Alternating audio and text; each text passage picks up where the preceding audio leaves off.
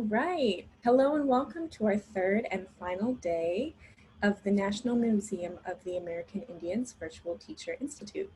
This week, we're covering the foundations for teaching and learning about Native Americans. Today's webinar will focus on Native Knowledge 360 in your classroom. Without further ado, let's turn it over to our presenter, Colleen Smith. Hello. My name is Colleen Smith, and I am an education products developer at the National Museum of the American Indian. Thank you so much for coming here today. We're excited to have you here. As Kimberly mentioned, this is our third and final day of our three-part webinar series on foundations for teaching and learning about Native Americans. I know for some of you, this may be your third day with us today. For others, you may be joining us for the first time. So regardless, welcome. We're really glad you're here. And we thank you for taking time to come and spend part of your day with us. Before we get started, I do want to recognize that the title of this session, Native Knowledge 360 in Your Classroom,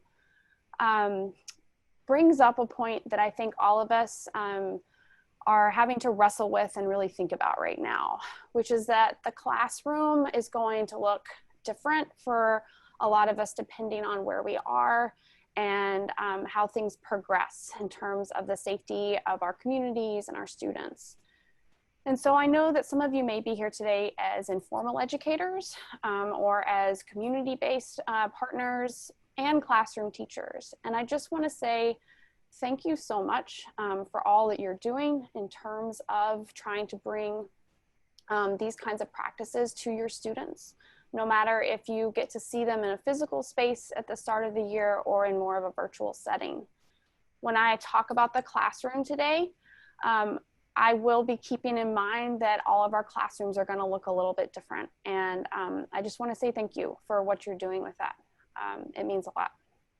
All right, so as we get started, I want you to think about the term or the word belonging. This is a word that we will actually be exploring through one of our NK360 lessons that looks at Northern Plains Native nations and their connections with land and community. And so before we get to that lesson though, I do want to take time for you to think about your own associations with that word. So if you could go to the site menti.com, MENTI.com, and use the code that you see here, 94936. And you can just enter that in, and we'll be taking some time to review a few things. So while I'm talking about that, you can use that time to populate your ideas. So once again, that's going to menti.com, MENTI.com, and you're going to use the code 94936. As you're thinking about the concept of belonging, whether that's specific or general, one of the ideas that might come to mind is that belonging is a very universal experience, right? We all need to feel connections, whether that's with a community, a family, a place. But the way that we experience those connections is going to be very personal.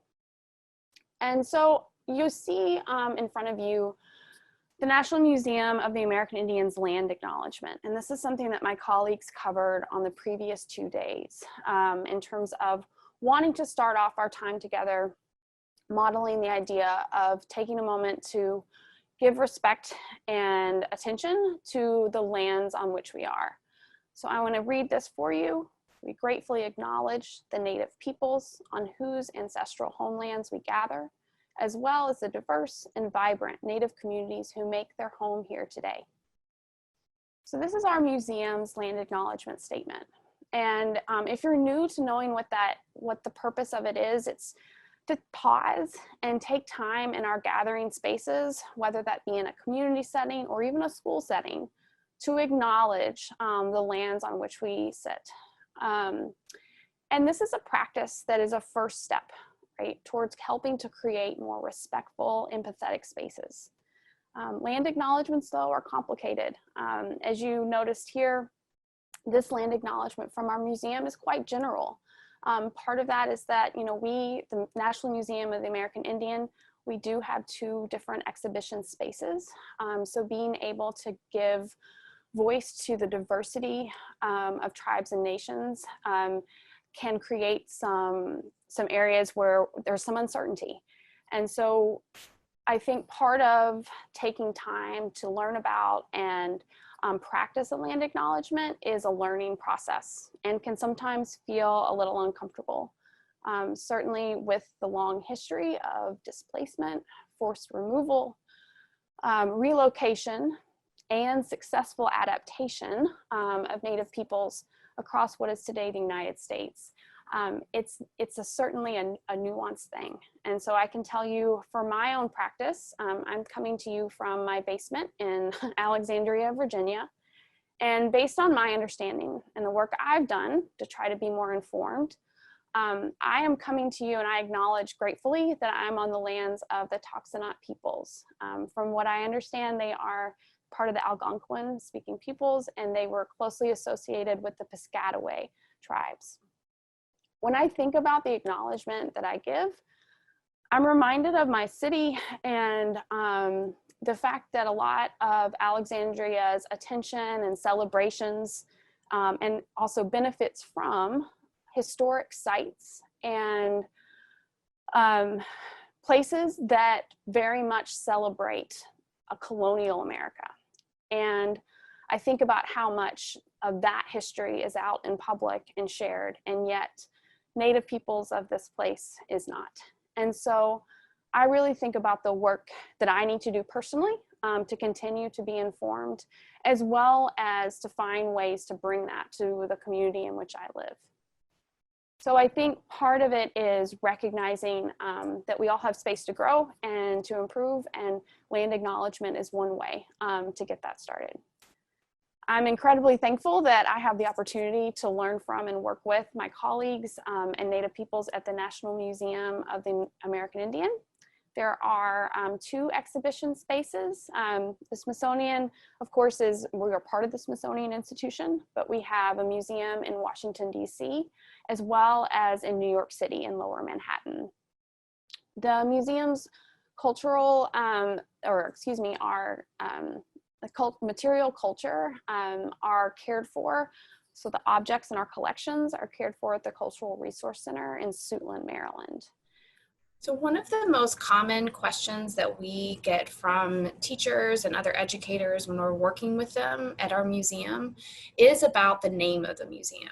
Why are you called the National Museum of the American Indian? Why not Native American or of Indigenous peoples? And it's a good question.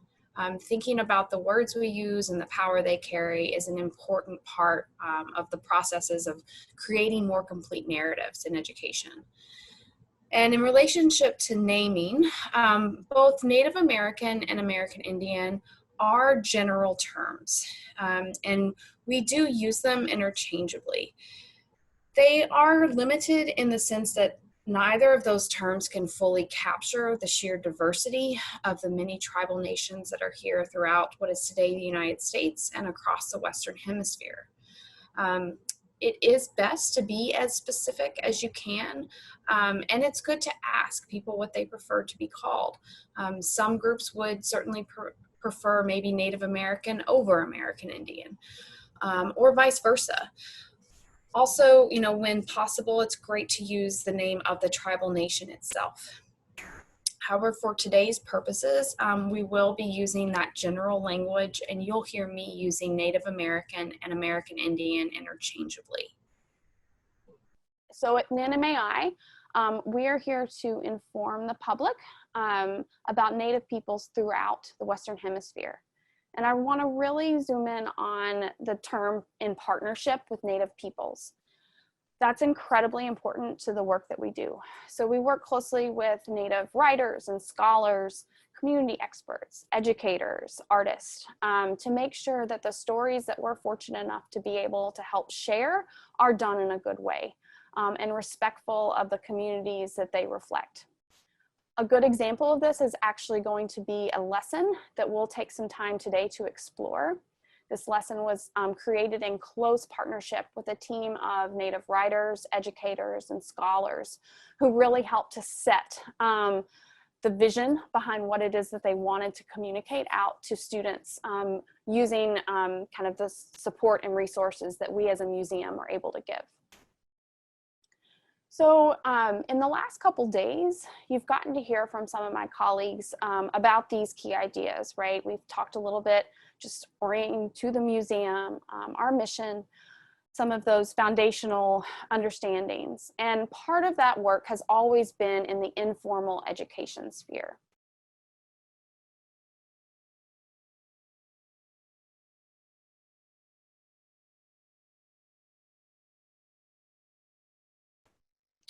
So for a long time, the museum has worked with teacher groups. We've had family programs to really help support the public's general understanding of Native peoples, their cultures, their histories, contemporary lives.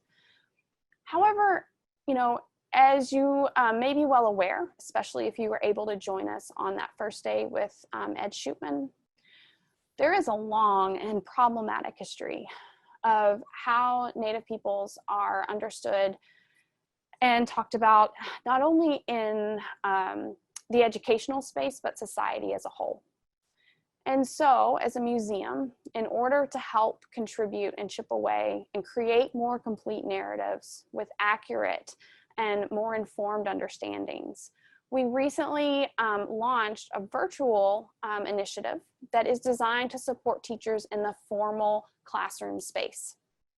So today, I realize some of you may be joining us and you may not be, you might not identify as a classroom teacher. Please know the resources we're going to be going over today are certainly, we want you to be able to use them, find ways that make sense to you and your community.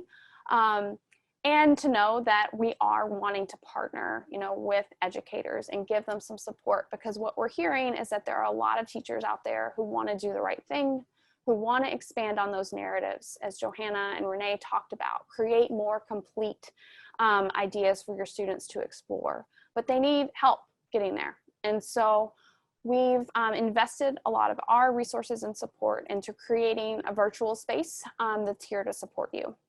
So we're going to take a look actually briefly at the site so that you can go and explore a bit on your own. We have kind of a limited time today, but I want to make sure you feel comfortable with how to get to our NK360 site. So what you're seeing here is our website, www.americanindian.si.edu. That's the museum's homepage. The Native Knowledge 360 webpage lives in the education space. So Kimberly had clicked on a drop-down menu in the upper right-hand corner, and now she's showing you, right there. And you can go to education, which is where you can find the Native Knowledge 360 homepage. So here there are resources beyond just what we'll talk about today, but for the purposes of our time and wanting to really hone in on thinking about ways we can support you in the classroom, we're going to focus on two things. First is our essential understandings, and then the next are lessons and resources. Keeping in mind this is just an orientation. So as part of the discussions yesterday as well as Tuesday, you may have been introduced to the idea of the National Museum of the American Indians framework for teaching about American Indians. And we call these our essential understandings. They very much were inspired by and thought about from state partners such as Montana, who has a phenomenal resource for Montana tribes, specific to Montana tribes about essential understandings, as well as even in Washington State and some of their work with the Since Time Immemorial curriculum. So what are these? These essential understandings are, you can think of them as a framework, and something maybe more specific is a tool, right? A way to think about the language that we use, the key ideas that we want to bring to students.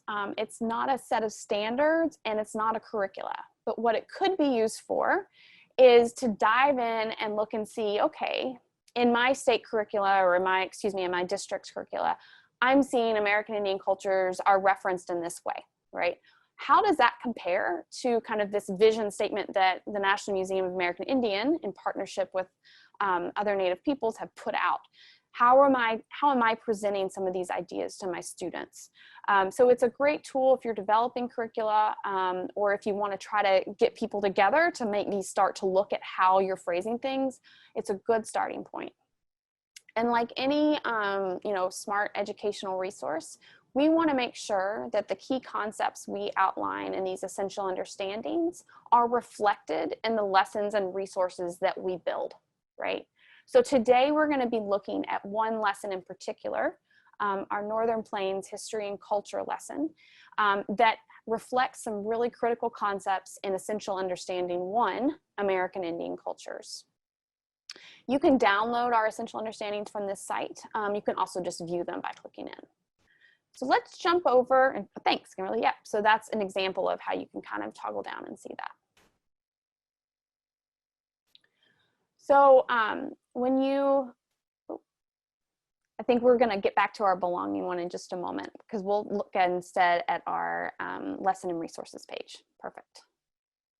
Just take a moment. So while Kimberly's getting this back on the lesson and resources page of the NK360 site,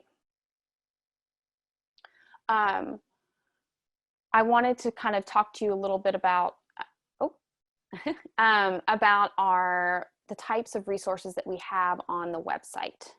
So on our website, we do offer a variety of formats. We have both, we have kind of more written document, or not written documents, but printout documents, such as teacher materials, as well as teaching posters. So where Kimberly is now on our lessons and resources, you'll see there's different drop-down boxes where you can search. So under format, you can search for different types. We're going to be looking at a certain type of resource today that's called, we call it a digital lesson. These drop-down boxes, we are going to be making some changes to our site. Just as a heads up, they're going to be great. We're really excited about them. So if you come back to this page in a little while and it looks a little bit different, just heads up that that could be coming. So on our lessons and resources, you can search by also subject area, grades, all those filters that you see there. If you can scroll down a little bit, Kimberly, I just want to give a thumbnail to the lesson we'll be looking at. So all of these are examples of our digital lessons that are very robust, complete, ready for classroom use materials. We're going to be looking today at our Northern Plains History and Cultures lesson, How Do Native People and Nations Experience Belonging? I mentioned earlier that, as part of the mission of the museum is to work in partnership with Native peoples, including educators, writers, scholars. And so those perspectives are very much brought into and guide the development of a lot of our resources and materials. This particular lesson about belonging was created as a way to help set students up to better understand not only the history and cultures of Native peoples in the Northern Plains, but how those continue into the contemporary setting. So what I'd like to do now is actually hop back over to our word cloud so we can see the types of associations you had with belonging, and that can also help me figure out, can help us talk about how that connects with some of the team's ideas about this lesson. So we're just gonna wait and see what that word cloud shows. And while that's coming up, I'll tell you a little bit about the Northern Plains team that helped to develop this lesson.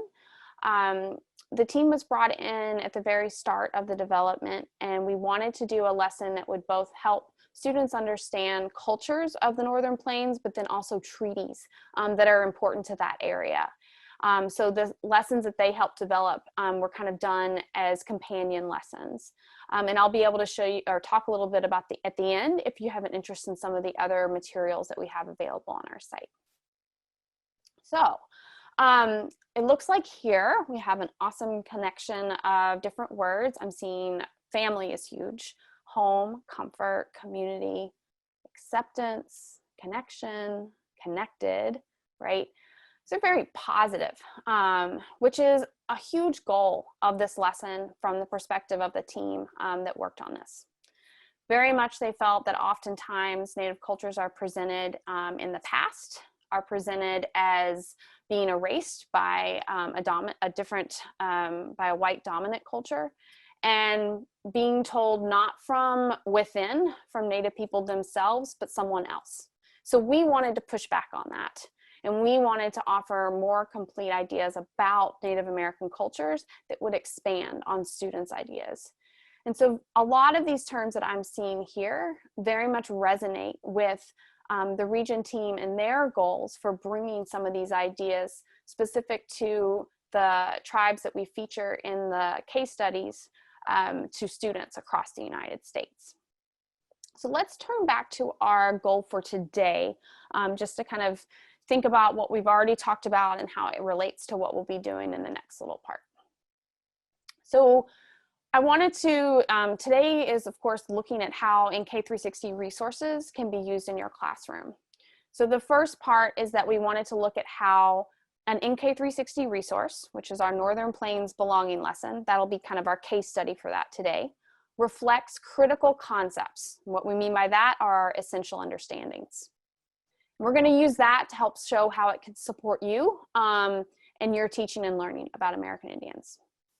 So first, let's step back and think about our critical concepts. So essential understanding 1, American Indian cultures. You know, I think for a lot of states and districts, areas across the country, when American Indian cultures are presented, one thing it's often done is presented in the singular. American Indian culture. And so one of the first thing that we want to really push back on and expand on is that there can be no single American Indian culture or language, right? There's enormous diversity. And that is something that we worked hard to show in the lesson. Another thing that often comes up is that American Indian cultures are static. It's often rooted in the past, and students rarely see visuals of those cultures continuing into the present in terms of how those things are presented often in dominant kind of settings. So what we're going to try to do with that is counter and show how over time, right, both in the past but also present day, American Indians have been shaped by their culture and environment. The importance of elders in teaching new generations, tribal languages, practices, values, and how that is apparent in ceremonies and custom.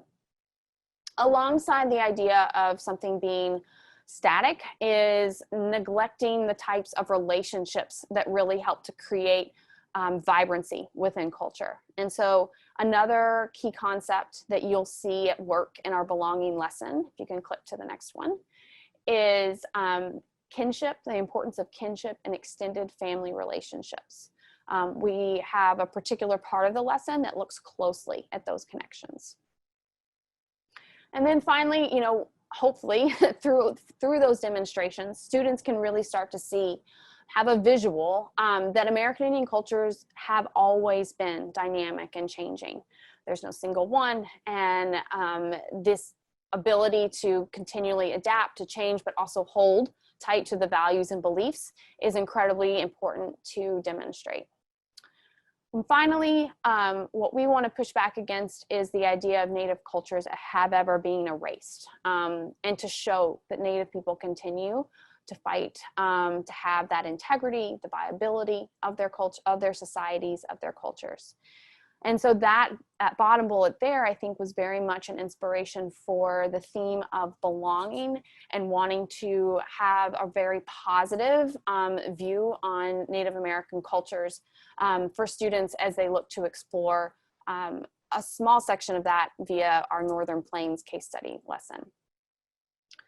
So what I want to show you now is, before we get into the lesson itself, is just, you know, I think with our essential understandings, they're an excellent tool, an excellent framework for educators to think about the language they use. But sometimes it's, how do we make that visible, right? So how can I take a bullet like no single American Indian culture or language and see that reflected in the resources that I provide my students? So we were very intentional about thinking about how can we make sure that students really see those essential understandings at play. So one thing with no single American Indian language or culture, we do have different Native nations even within the Northern Plains. And we discussed the fact that the diversity, the abundance, and identified that students will have a set of 4 case studies to explore, which is certainly limited, but part of that reasoning was those are the nations in which the companion lesson on treaties then go on to discuss.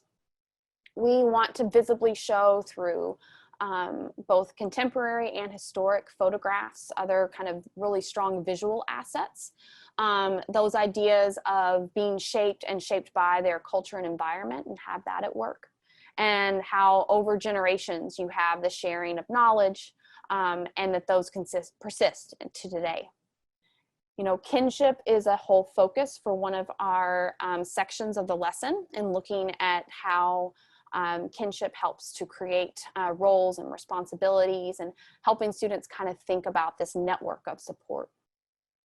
And then finally, I think the whole lesson really points to the ideas that American Indian cultures, while they have been dynamic and changing, it also reflects a long history of persisting and adaptation, and continuing into the present day. So we highlight Native authors, different texts that kind of strike at that, hit at that strength that we want students to be able to see. All right, so before we look at the lesson itself, of the belonging lesson, I'd like to ask you, for the students that you work with in whatever capacity that might be, this question is, which of the EU concepts, Essential Understanding 1, do you think is most relevant to your students? What would they maybe find a connection with? This is cool. We can see it kind of populating.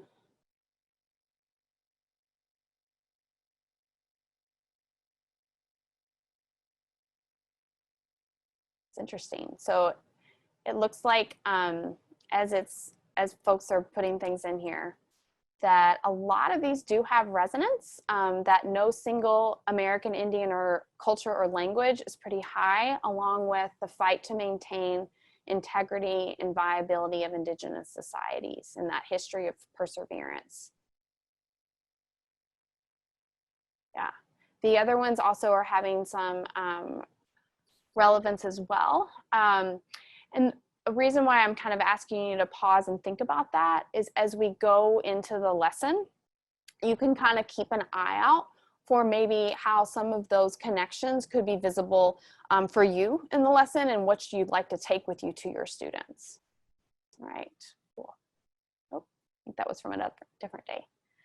All right, so what we're gonna do now is take some time to explore the website itself of the Northern Plains Native Nations resource, How Do Native People and Nations Experience Belonging? I mentioned at the beginning that this is a resource that was created in partnership with a team of Native educators, writers, cultural experts, and scholars. And kind of their task was, at the museum, we want to be able to present to students across the country a lesson on Northern Plains history and cultures, but that also connects to a lesson about treaties that were essential to those nations. So these are companion lessons. And so in doing that task, the team that we worked with really wanted to start from this place of belonging. What are the connections that we want students to see that tribes have with land, with family, with nation, to really help to show, right, what's at stake when nations are faced with difficult decisions and go to some of those treaty negotiations. However, what you'll find as you have time to explore some of this independently, and a little bit today, is that this is a very positive lesson. It's not meant to be cast in a way that looks at what was done to Native tribes, Instead, it's done as a way to show kind of coming from within the strength of those connections. I want to just say a note about the design of this resource. This follows an inquiry model, which has a lot of different ways you can think about inquiry, right? We did choose to use a particular style, which is the C3 IDM model. And what that just means is we start with a big overarching or compelling question. Our compelling question is, how do Native people and nations experience belonging? And the task is that students are asked to construct a summative argument about that question using evidence. It's an important skill, certainly, of course, in the social studies, but that translates across different disciplines. And the way they get there is by looking at smaller, more discrete questions that help them get to that big summative task. This approach, one nice thing about it is you might find you could take sections of it and not do the full module, and that's okay. We'll actually spend some time today talking about ways that you could implement this in some creative fashions. But what you'll find is at the site, and the reason why I mentioned the structure is that the design of the lesson online very much follows the C3 model. So that's something that you might just want to kind of keep in mind.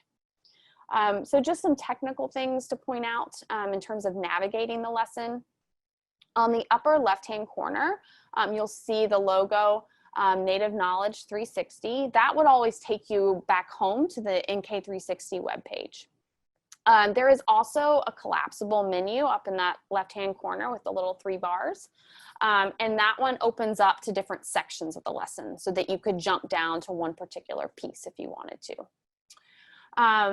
Now, the other thing I want to point out is that what can be really helpful if you're coming at this from a classroom teacher point of view, you might want to go to the lesson information tab right there that Kimberly's circling, where it says lesson information.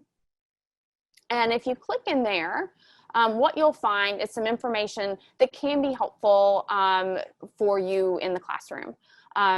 Especially if you look down at the bottom, there is, for lack of a better term, a lesson plan that combines the whole site itself, as well as a more condensed lesson at a glance.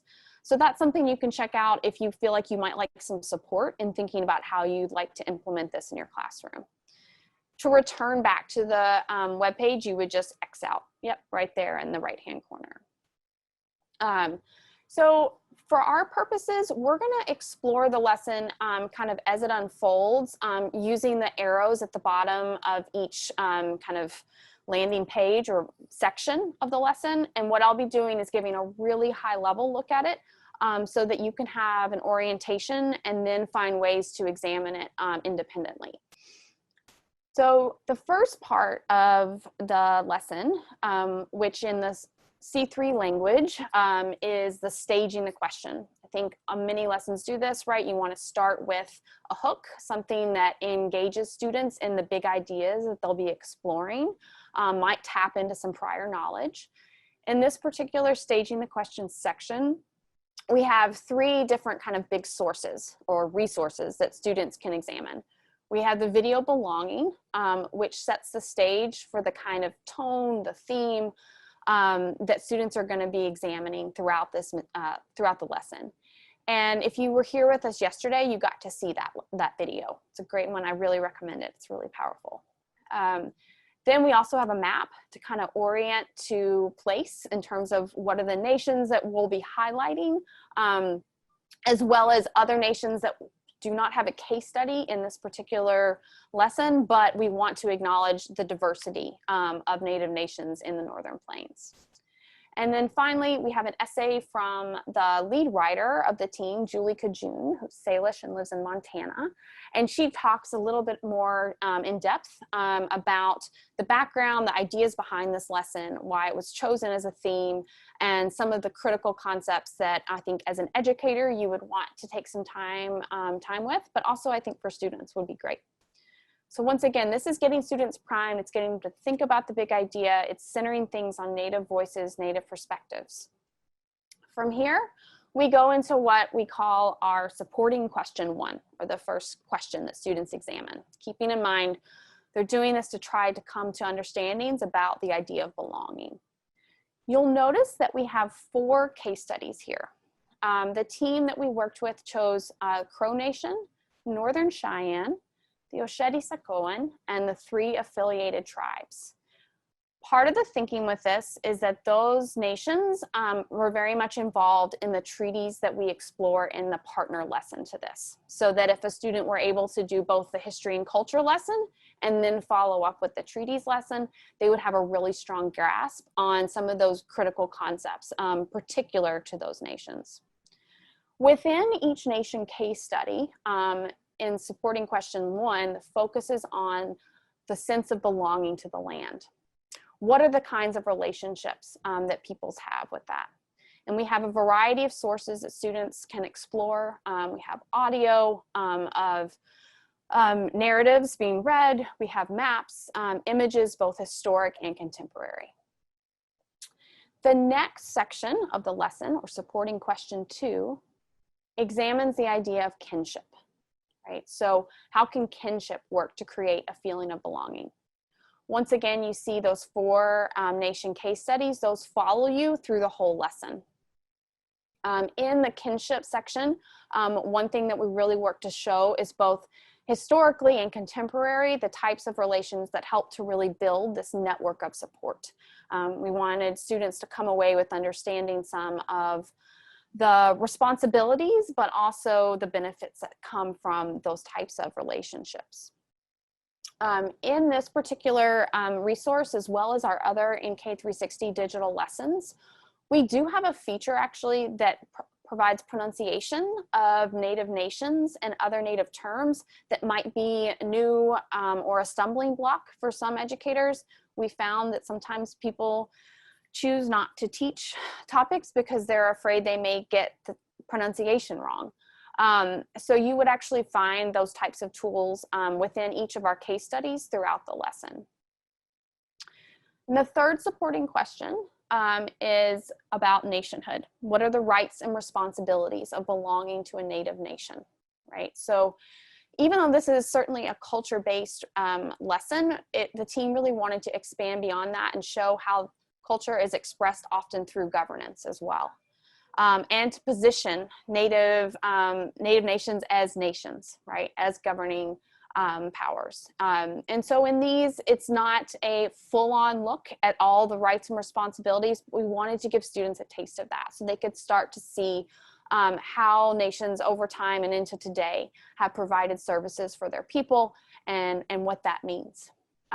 Another resource we have that's helpful for students in terms of looking at key themes and drawing out ideas from sources is a resource annotator tool where they can go in and look at some of our images and text and apply different themes that pop up to them and come out from the sources that relate back to those questions that they're asked. So in the first 3 questions, right, students are exploring the ideas of belonging to place, belonging through kinship, and belonging to a Native nation. In the next part of the lesson, which gets to the summative task, which just means it's time for students to build their argument, kind of come to their own conclusions based on the evidence they saw about what it means to belong to a Native nation, or excuse me, about what it means to belong. Now, in this case, you know, in the classroom, I think doing assessments can be personal to what you feel like your students need, how they can best show what they know. So we don't prescribe a particular way to do that. This, the image that you're seeing here is actually a link into an interactive puzzle tool that's kind of a review of the key themes that students explored. So they would have sources that represent connections with land, sources that represent connections through kinship, as well as nationhood, and they try to match those up. So it's a nice way to kind of think back on those key themes and get ready to then express their own ideas about connections for the final kind of piece of the lesson. in the C3 design, if that's something that you're familiar with, and if you're not, it's okay. I think you can use these materials without having that background. But one of the things that is part of the inquiry design model is making sure we bring it into the contemporary, kind of a push towards civic connections. So in the last part of our digital lesson, we look at what we call mapping informed action, but the idea of how do the broad issues talked about here, so connection, right, belonging, how does that kind of manifest in a way that we see Native nations engaged in issues of importance today? And because for students to take informed action means that the issue needs to be relevant to them, to have a real stake in it, and to want to be informed and learn more. We don't prescribe what action we want students to take. What we do is provide a case study of what informed action looks like. So in this case, we look at the role of coalitions in taking informed action, and that we look at the Intertribal Buffalo Council as an example of a coalition of Native nations that have come together to protect and sustain buffalo population in the Northern Plains, and why that's important. Part of our goal for this is twofold. One, we want to give students a way to think about how they can express their voices on topics that they're interested in. And we want to do that through giving contemporary examples of Native peoples in their communities. So by providing a case study of what informed action looks like, and using Native voices to tell that story, it helps to, I think, broaden perspectives about what informed action looks like, but also give students some inspiration for how they might find an issue that they'd like to get involved in. And so with this lesson, we're gonna spend some time thinking about ways you might be able to take it, whether it's as a whole or in parts, and use it in the classroom. It's a lot of information. I totally, and in a short amount of time. So what I'd like to do now is kind of take a breath and see what questions you might have about using this resource in the classroom.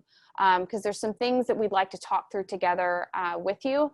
And I'm curious right now what questions you have about using this resource in the classroom. So I'm gonna open up and be able to see a few of the questions, and they're coming in fast because it's awesome. We have so many people here with us today. So I'll kind of see what I can look at here. Okay. So I'm seeing some things about timing, like how long would it maybe take? Are there printable aspects of it? I'm wondering how it translates into like a US history class. Okay, looking at how it could maybe work for younger grades. Okay. We're looking at kind of, oh, interesting. So the role of art, how we can maybe bring that in, and how would it maybe translate to a remote session, which is an excellent question. So we've had the privilege of working with different educators from across the United States, and especially in our in-person teacher institutes, to kind of think through and troubleshoot and workshop, you know, how could we take a lesson that may not have a direct fit in the standards that you teach, but still incorporate aspects of it, right? So we're going to talk a little bit now, and Kimberly, you can go to the next slide, about strategies. We've talked a little bit about what the resource is, how it reflects some of those essential understandings, given a brief orientation, and now we want to share some strategies so that you could use for implementing the resource. I did see a few questions also pop up, just some basics, what grade level. This was targeted towards 8th grade and up, but we know that lower middle grades, you know, 6th, 7th have used it successfully, as well as even some younger elementary. And we've even had the opportunity to have one of our former Teacher Institute attendees really kind of workshop how she could bring some of those ideas into her classroom as well, in terms of elementary grades. So we'll talk about a little bit about some of that. So big picture, some of the things I would like you to think about in terms of implementation is that it doesn't have to be all or nothing, right? You could think of the lesson itself as, I mean, for lack of a better term, like a unit, and then use some of those supporting questions as discrete sections. Now that's assuming that you think it has a nice fit, a niche in your standards. If that's not the case, you could also kind of think about where could I pull out just a supporting question and really just zoom in on that, right? Maybe I can use supporting question 3, which is about Native nations and governance, as a way to have students start to think about tribal nations as nations, right? And include that in a civics course. Another thing to think about is within the structure of the site, you know, it's a case study approach. And so you might have students, there's a lot of ways you could think about jigsawing, breaking up, so that they're not having to do the whole thing, or they can do in parts and pieces. And I think some of that could be adapted for online use. All of this is it's a digital lesson, right? So it has a digital presence. There are resources on there, images, featured text, some objects that we brought in from the collection are available for print on a PDF. So if you are going to be in a physical space where you want to have more hands-on activity with some of these resources, there is an option to print a lot of the materials on there. But you know, one thing to think about is, since this is a digital resource, and there is a lot of guidance for both not just teachers, but we have student tasks like worksheets, materials, you could look into assigning sections of the module to students in a more remote environment. I wanted to kind of pause for a minute and think about how specifically you might think about some content adaptations for elementary all the way through high school, because I know we have a broad diversity of educators with us here today. So in terms of elementary, some feedback we got that I think is really helpful is that, you know, oftentimes in elementary grades, there is some type of kind of sometimes a nod, but a look at different Native cultures, and they do recognize the plural part of that. And often there is a focus on Northern Plains cultures. Well, one thing you could do is take maybe one of those questions, one of those supporting questions, and use that as a tool to help expand on students' understanding of Northern Plains cultures. So they're not thinking of it as one thing, right? It's going to be diverse. And that might mean just some image comparisons. It might be listening to some of the audio. We have some readings of Native voices that you can kind of tune into. Another thing you could do, you know, often in elementary grades, these broader concepts are tried to be introduced to students, the notion of community, of a nation. Well, you could maybe model some of that, or like introduce those ideas, but show it somewhat through Native lenses. So thinking about a community, you know, maybe a student's independent community, but how does that compare to some of the communities that they're seeing here on the site? A lot of our student materials, you know, I think you could take inspiration from, borrow ideas. The screenshot you see here is actually from our opening, the Staging the Question, where we invite students to think about the ideas of land, community, and nationhood as they relate to themselves. In the middle grades, oftentimes there is if it's a US history or a survey course, there's typically a westward expansion unit, or a piece of a unit that looks at westward expansion. And one idea would be to start that unit from Native voices and perspectives. Maybe even just showing the Staging the Question section of this digital lesson, and starting from the place of understanding that in no way were you know, settlers coming into lands that were there to be taken. You know, these were homes, these were places where people had such connections, and still do today, to place, to their families, to nationhood. And when you can kind of shift where you start from, maybe not looking so much west, but facing east, That perspective, I think, can have a lot of power in staying with a student, so that Native voices are not erased or taken out of that story. Additionally, one thing you could also think about, and before we get to the high school, I was thinking this, is that in geography, often you do like a region study. And so, or like in a kind of more of a basic geography class, not one that's super in depth. But, you know, think about if you're talking about the Northern Plains as a region, or the Plains, why not introduce some of these ideas? You know, it certainly doesn't have to be all or nothing. You don't need to spend, you know, your entire focus, and we know time is so tight, but we just invite you to explore that resource and think about, maybe I could use that as a way to bring that in. And finally, you know, something for upper grades, or even I think some upper middle school, would be in, you know, your study of civics. We often think about state government, federal government. Tribal nations need to be part of that, right? And while it may not yet be in your state standards, or it could be, depending, you could think about bringing in supporting question 3 as a way for students to see firsthand the idea of Native nations as nations, right? These images here are of inauguration ceremony for a Northern Cheyenne, in the Northern Cheyenne Nation. And I think even just pushing on that can really start to sit in students' heads to where they're want to ask more questions and learn more, which is awesome. So those are some content modifications.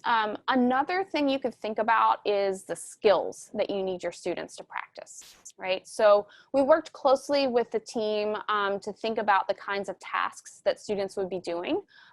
We worked very intentionally that they built on, you know, being able to construct arguments and kind of move towards that pretty high level sophisticated skill still, excuse me.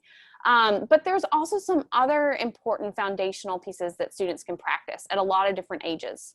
So if something that you want your students to have time with is historical or image analysis, you could use different images from this module to kind of help model that. In addition to that, you know, I think oftentimes there's a focus on, you know, close reading of different text types. There is a diversity of resources, both print, you know, text, but also other kinds that you might consider bringing in as examples. So if you're not a social studies teacher, certainly a lot of these connections are geared towards the social studies. This might be a way you could even collaborate if you're an English language art teacher, maybe if you're in the library sciences, of thinking about ways that you can use this particular resource as a vehicle, you know, using skills as a vehicle for some of this content. Another thing that we invite you to explore are some of our interactive tools that help with further source analysis, in particular our resource annotator. You know, that's going to help support students as they draw out key themes, kind of looking closely at different ideas located within the lesson. And then I know that some of you here today may not be in a formal school environment, whether that's going to be in a physical space or even digital. It might be more you're in an informal setting, or you work with in a variety of community-based capacities. So one thing you could think about is using this module kind of as a framework for the idea of belonging, teaching parts of that, showing, exposing it, but then inviting students to explore their own connections, right, to land and community and nation. For while some of those connections are very personal and certainly, you know, it couldn't necessarily be mimicked across different groups, it's something that we do have that universal need for. And so that was something that the team talked about, is like, wouldn't it be great if this could inspire students, Native students, but also non-Native students, to think about the connections that they hold. So as we've talked about some different implementation ideas in a broad sense, and kind of seeing some of the questions you have, there've been kind of 3 big buckets, right, to summarize, of where we feel like people can get caught up, because it's hard, right? This is sometimes a big ask. How do I shift what I've been teaching in a way that feels manageable, sustainable, and in a way that feels real for my students? So some of the 3 challenges we've heard from teachers we've worked with are the standards, right? If my state standards or what my district is focusing on, my school, they don't specifically address this topic. One thing you could think about certainly is collaboration across different disciplines. We've heard a lot from some of the librarians who attended our institute and how amazing they were with working with social studies teachers, English language arts teachers to practice some critical skills and bring the content in through libraries. Another thing is to use it as kind of a complementary case study. I guess the best example of that might be with the supporting question 3 and Native nations. If you're already talking about civics and government, why don't you bring this in alongside? We have another lesson on our website about the Pacific Northwest Fish Wars, which is a contemporary, very contemporary issue, still ongoing, connects with Native rights in the Washington state area. And a lot of people have talked about using that as a complementary case study to the broader civil rights movement. So there's a lot of creativity you can have in thinking about how to bring some of this content in. And we encourage that. And the other thing is, another thing we hear a lot is time, right?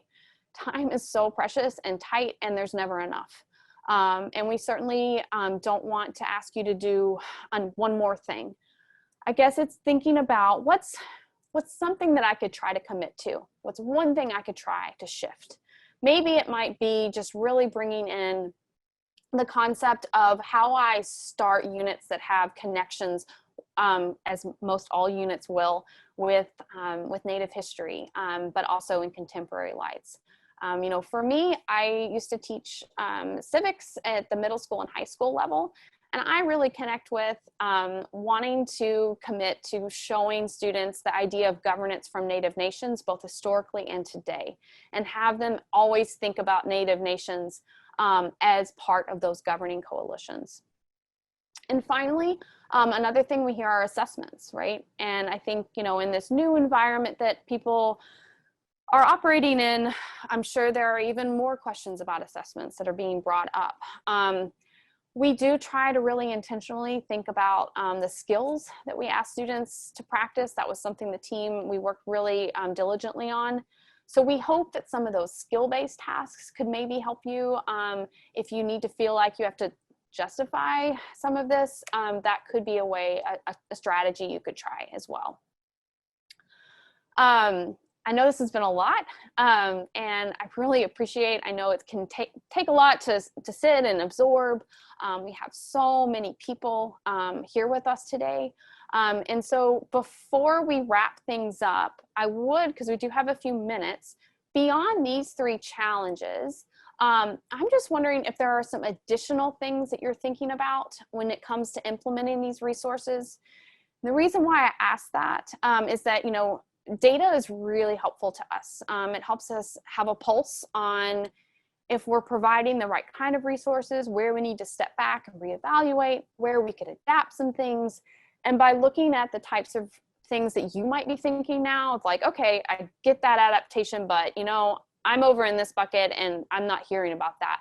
Those kinds of you know, comments that you can provide us in here will really help us kind of support you in good ways. So I'm gonna just pop in and see some of the things that are saying. I probably will not be able to address them all in our time, but this is something we're gonna have available to us to kind of review and think through. So for non-social studies focused situations, yep, absolutely. This particular resource, I think, has a nice fit with those ELA social studies. I know some of our materials, though, we have one great website about Native Americans and responding to environmental challenges. You can find that on our NK360 website, but that's an awesome one for thinking about kind of that blend of science, but also civics in terms of informed action in a kind of environmental sense. That might be something you could check out. Hearing some things about current events. One thing that I would recommend you, if you have some time and curiosity, is to go and check out those kind of case studies that conclude each of our digital lessons, because those are very contemporary and look at issues that Native peoples today are examining. So for example, we do have one even about the Dakota Access Pipeline and the role of youth and how they were able to bring that issue so much into the forefront and it's still not resolved, right? But it shows the power of Native voice and youth voice. So that might be another thing that you could check out on some of those sources. And it looks like I'm getting some positive things too, which is great. And then some other just topics I think that you're interested in, so that you can have more support in terms of knowing how to bring in ideas related. I'm seeing like some Indian gaming. Okay. So this is, I just want to say thank you, because this is really helpful. These kinds of things we can take, sit with, reflect on, and be able to respond to you in a way that's going to support your practice. As we conclude today, I want to just highlight a few things. One, if you feel like you had a burning question, a concern that we haven't been able to address by the nature of, it's awesome to have this many participants, but please do stay in touch. We're providing you with an email that you can reach out with. I also mentioned you will be receiving a survey that highlights all 3 of the webinars. If you only attended 1 or 2, that's fine. You can just pick the one that relates to the one that you saw. And that's going to be coming out. We really ask if you can to respond to that. That's going to help us, keep us informed. And I really want to say thank you. You know, this is an historic time. I try not to use the term now more than ever, because I think there's always room to improve and be strong educators and advocates in the classroom. But the work that you do as teachers and for your students, for everybody's children, is just so incredibly important. And the fact that you're taking time to come here to learn more, to share, some of you may already be at a practice that is, you can share and help to bring that to other folks, is incredible. And I just want to thank you for that, and to know that we are here to support you. Native Knowledge 360 is about being here for teachers. We can't really do this without you. And so please stay in touch. Keep an eye out on our resources. I mentioned that we have a variety of digital lessons. I encourage you to check those out. We only covered one kind of as a case study. And check out our educators page, because that's where we'll post hopefully some more upcoming webinars, tools, as we also venture into this environment with you. So thank you so much. And I appreciate your time here today. And yeah, thank you.